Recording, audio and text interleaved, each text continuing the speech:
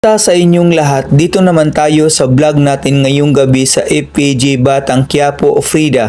Unang-una sa lahat, ito ay teaser video lamang para ma-update sa Batang Quiapo. Huwag kalimutan i-follow at i-subscribe ang channel. Salamat po. Don Facundo ay tumawag ito kay Makaraig ito at hinahanap yung pera at droga ito dahil ito ibibigay kay Don Ramon ito. Ito ay dinala na si Babol sa pinakamahal na restaurant ito at first time lang niya nakakain, pero parang na out of place siya dahil nagka-short lang siya at naka-t-shirt lang pambabae. Katulad ng ibang customer ay maalaga talaga at the same time malinis ito. Nagpautos ito si Pablo kay Ruben na kumuha ng damit ito para kay Babols ito at ito ay sinuot ni Babols ito sa CR para pagpilian ito ng damit. Ito ay may transaction sila Don Facundo kay Don Ramon at kay Don Julio ito, kaya pinakuha itong mga droga at saka yung pera ito. Ay humingi ng pagkain ito sa Quiapo dahil wala ng pera at nagugutom ito. Ngayon nakita ito si Tanggol at nagsigaw ito ng magnanakaw at hold upper. Kaya nilapitan ito ni Tanggol at sinabi na laya na ako at hindi na ako gagawa ng kalokohan. Ngayon gayon pa man ang ginawa ito ni Tanggol ay nagbigay ito ng pera. Dito ay nagulat ito si Pablo habang nakaupo ay napatayo ito dahil sa sexy suot ni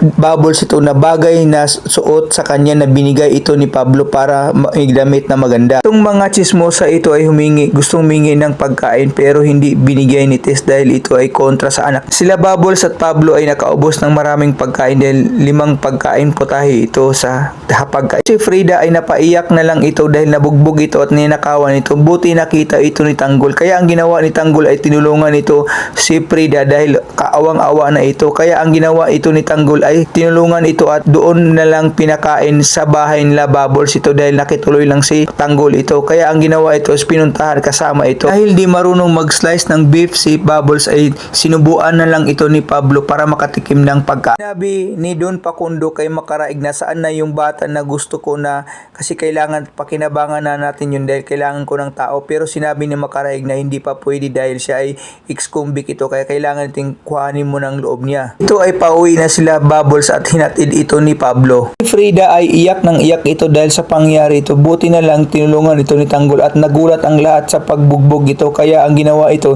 pinakain ito, tinulungan ito si Frida ito. Dito ay hinatid na si Babols at nakarating na ito ng maayos at dito ay nagpapasalamat si Babols kay Pablo ito kaya nagulat din ito si Babols kay Frida sa pangyari ito kaya ang ginawa ito ni Babols at tinulungan ito si Frida para magamot ito. Abangan natin bukas mga master sa pangyari dahil ito si Frida ay doon na makituluyan sa bahay ni Babols. Abangan!